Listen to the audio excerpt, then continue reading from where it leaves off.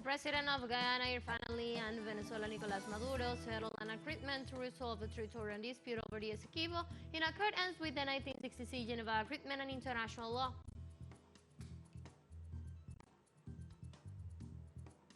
Local media in Palestine report that the Israeli occupation forces killed more than 50 civilians, mostly children and women, in Khan Yunis and Rafah localities.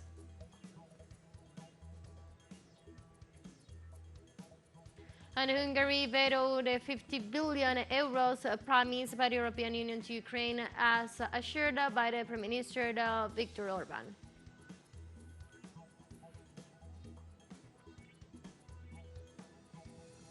Hello, welcome to From the South. I'm Ana Marrero from the teleSUR headquarters in Caracas, Venezuela. We'll be with the news. Stay with us.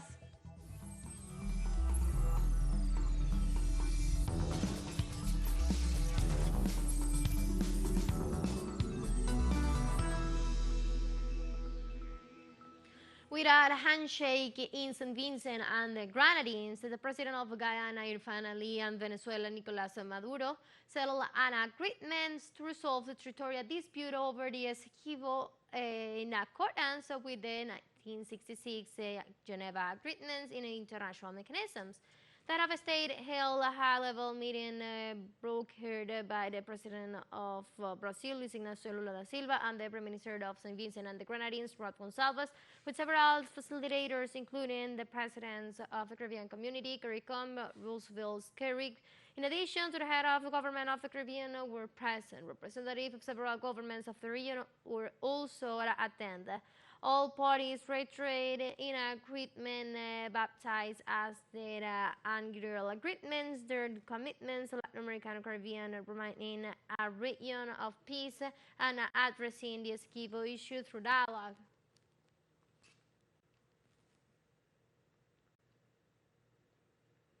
And as part of the date of dialogue between the government of Guyana and Venezuela on the territorial dispute, Ralph Gonsalves, Prime Minister of St. Vincent and the Grenadines, assured that both nations are committed to not using force to resolve the dispute over the Essequibo region. Guyana and Venezuela declared as follows. 1. Agreed that Guyana and Venezuela directly or indirectly will not threaten or use force against one another in any circumstances, including those consequential to any existing controversies between the two states. Agreed that both states will refrain, whether by words or deeds, from escalating any conflict or disagreement arising from any controversy between them.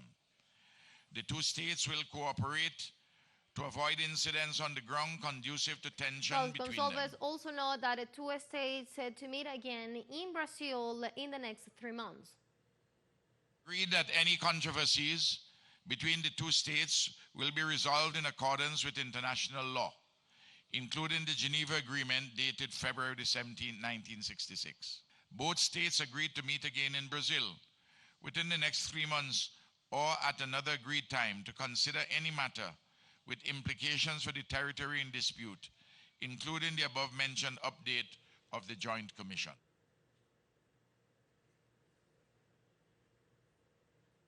And after the high-level meeting in St. Vincent and the Grenadines, with the president of Guyana, the president of Venezuela, Nicolas Maduro, returned to his country and points out that defending the truth and of the country through dialogue and diplomacy, the pathway as monumental. It has been worthwhile to defend the truth of Venezuela, to raise the flag of truth, to raise our historical reasons, and to seek with the Bolivarian diplomacy of peace the path of dialogue, of understanding, to manage the historical controversy as it should be through the path of dialogue, as it is the title of this agreement. In this sense, the Venezuelan president thanks his counterpart from the Republic of Guyana, Irfan Ali, for his willingness to engage in dialogue. I thank the President of the Cooperative Republic of Guyana, Mohamed Irfan Ali, for his openness and for his willingness to engage in a broad dialogue on all the issues that we were able to address directly. I could say that I was pleased to be able to meet face-to-face with the president of Guyana, as I had wanted to do for a long time. In this context, the Venezuelan Foreign Minister Van Hill expressed his confidence that this historic agreement between the two governments will benefit both nations and guarantee peace in the region. Regarding the historic dialogue in St. Vincent and the Grenadines, Foreign Minister of Venezuela Van Hill said he's confident that this meeting will be the first of many in the future, with the objective of finding a peaceful, diplomatic, and beneficial solutions for all our peoples in the conflict over the Essequibo. Meanwhile, the Foreign Minister also then selected and CARICOM for their role in organizing this historic dialogue that took place in St. Vincent and the Grenadines.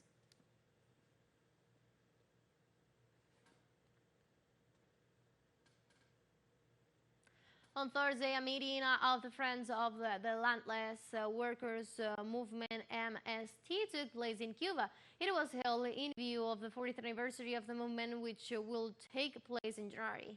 The event was held at the Martin Luther King's Memorial Center and was attended by locals who celebrate the long history of the mutual cooperation and solidarity between the Caribbean country and the Brazilian social movement.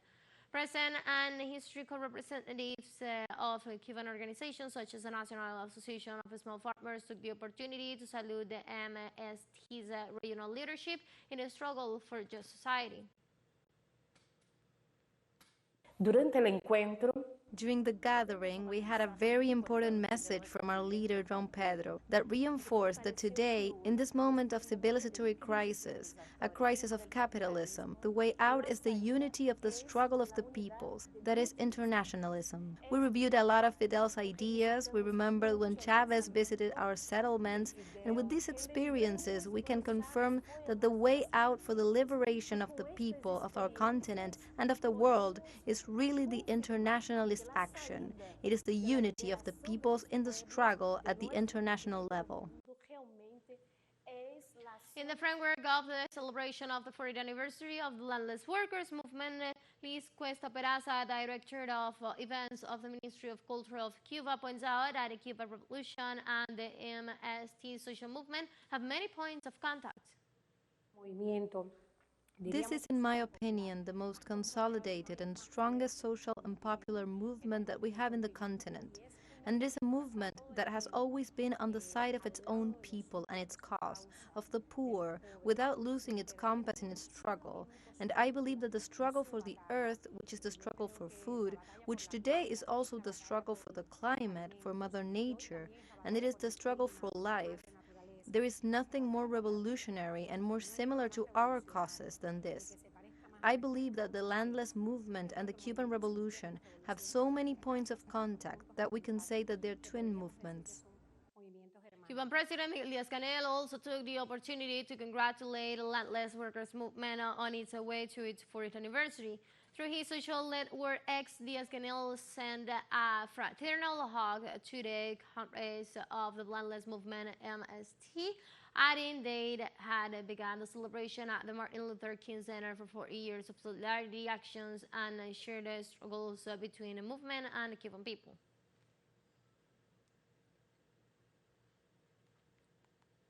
Let's take our very first break, but remember, you can now join us on our TikTok account as teleSUR English, where you'll be able to see news in different formats, news updates, and more. Stay tuned for more news.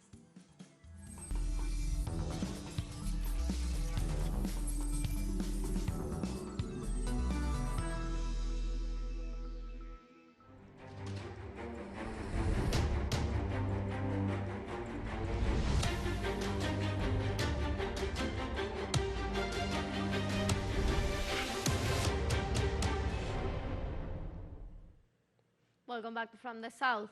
On Friday, local media in Palestine report that the Israeli occupation forces killed more than 50 civilians, mostly children and women, in Khan Yunis and Rafah localities. The report highlighted that the Zionist artillery directly hit family homes. On the other hand, in Deir al-Bala and Nuseirat, numerous Zionist attacks were also reported with deaths and injuries. According to local authorities, the Hand for the Yad Sinur, the Hamas leader Israel holds responsible for the October 7 operation, will be the cause of these actions.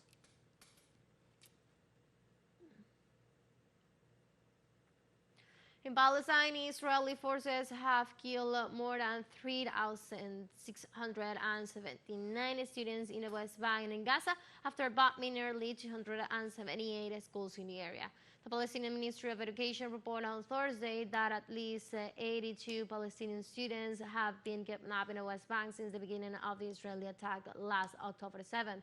The ministry also detailed in a report that more than 200 teachers and administrators have been killed and 619 wounded in the Gaza Strip, while 2 teachers were wounded and more than 65 were detained in the West Bank.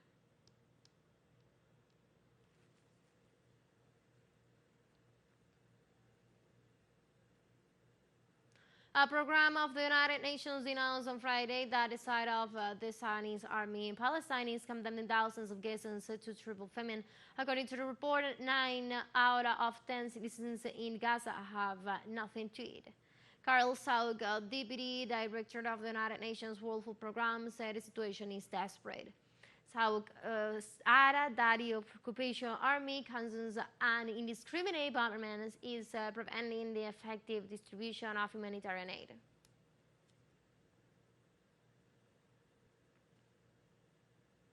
A senior official with the militant Palestinian group Hamas played down on Thursday Israel's attempts to flood the group's tunnel in Gaza, saying that when militants built them, they took all considerations on what could happen. Osama's Hamdan's command in Beirut came 2 days after a U.S. official confirmed that Israel has begun to flood Hamas tunnels in the Gaza Strip. Israel said that they are testing the target flooding of tunnels off a limit basis and are exploring the idea as one of a range of options to degrade the tunnels network.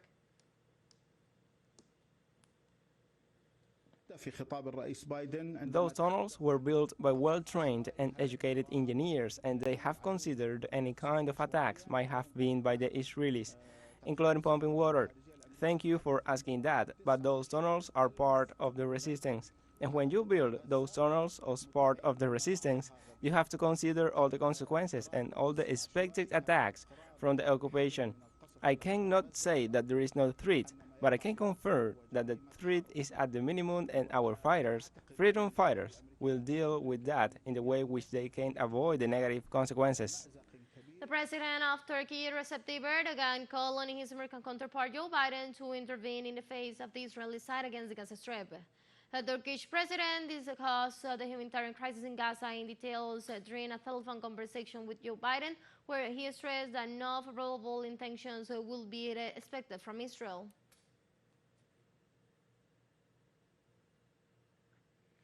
Thousands of Israeli women gathered in the Habima Square in Tel Aviv on Friday to call for an immediate ceasefire for the Israeli genocide against the Palestinian people. We want to save the lives that remain, because every minute that passes by just causes more misery and more pain that will be very, very hard to reverse. We are all heartbroken, and at the end of the day, we're all human, and we want to emphasize the humanity and the empathy that we have for all humans. Everybody deserves to live with dignity and justice and rights. A lot of people, Palestinians, are asking how the hell are we going to rehabilitate the relationship and reconcile with Israelis? And Israelis are asking how the hell are we going to live with these people, with the Palestinians, and how are we going to reach an agreement if we can't even stop killing each other? And the answer is that it's the other way around. Let's take our last break, but before we invite you to join us on our WhatsApp community for our English-speaking audience, you can scan the QR code on the screen and share the link to reach more people. Constant news coverage of Latin America and the Caribbean, as well as the rest of the world. Stay connected and informed with teleSUR. One financial break, don't go away.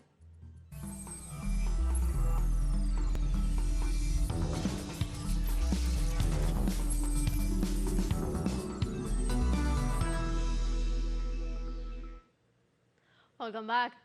On Thursday, the Hungary vetoed the 50 billion euros promised by the European Union to Ukraine, as assured by the Premier Viktor Orban. At a meeting of the European Community held in Brussels, the Hungarian leader reiterated his disagreement with aid to Kiev, as well as its incorporation into the community bloc. In the meantime, the acting Dutch minister Mark Rutte tried to reassure the Ukrainian government, assuring that next year they'll reach an agreement.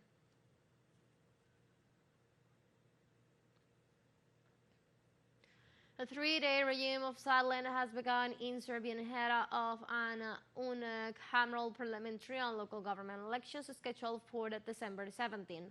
The pre-election silence began on December 15 and it was last until December 17 when a polling station in the country closed. During this period, candidates are prohibited from campaigning and from publishing polls on the results.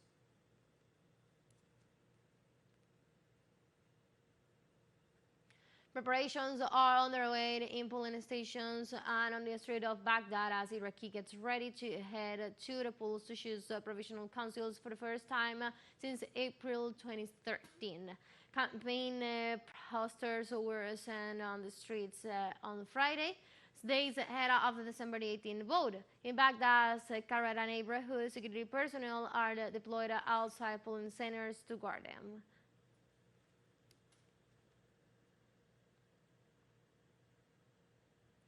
The Indian Ministry of External Affairs denounced the increase in illegal recruitments of Indian nationals to work in Eastern Europe, the Gulf, and Central Asia. In a statement, the ministry detailed that it has detected charges of between $2,400 and more than $6,000 by individuals operating without their license for such procedures.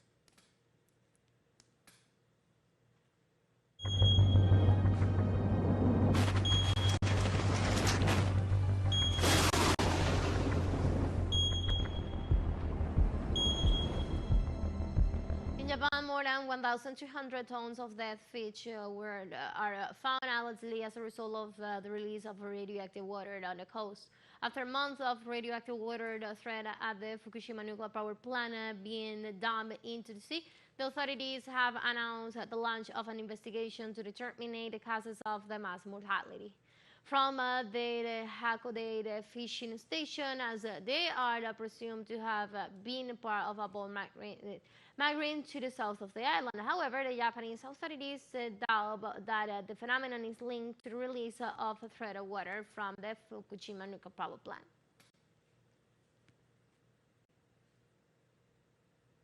The International Energy Agency registered a new record in global coal consumption during the year 2023. The energy institution said on Friday that global consumption reached its highest level ever after 8.53 billion tons of fossil fuels were burned. The entity also detailed that figures for this year 2023 will surpass those of 2016 as the years with the highest temperatures. The Organization for Economic Cooperation and Development expects global coal consumption to decline by mid-2024, following the consensus reached at the United Nations Climate Summit COP28.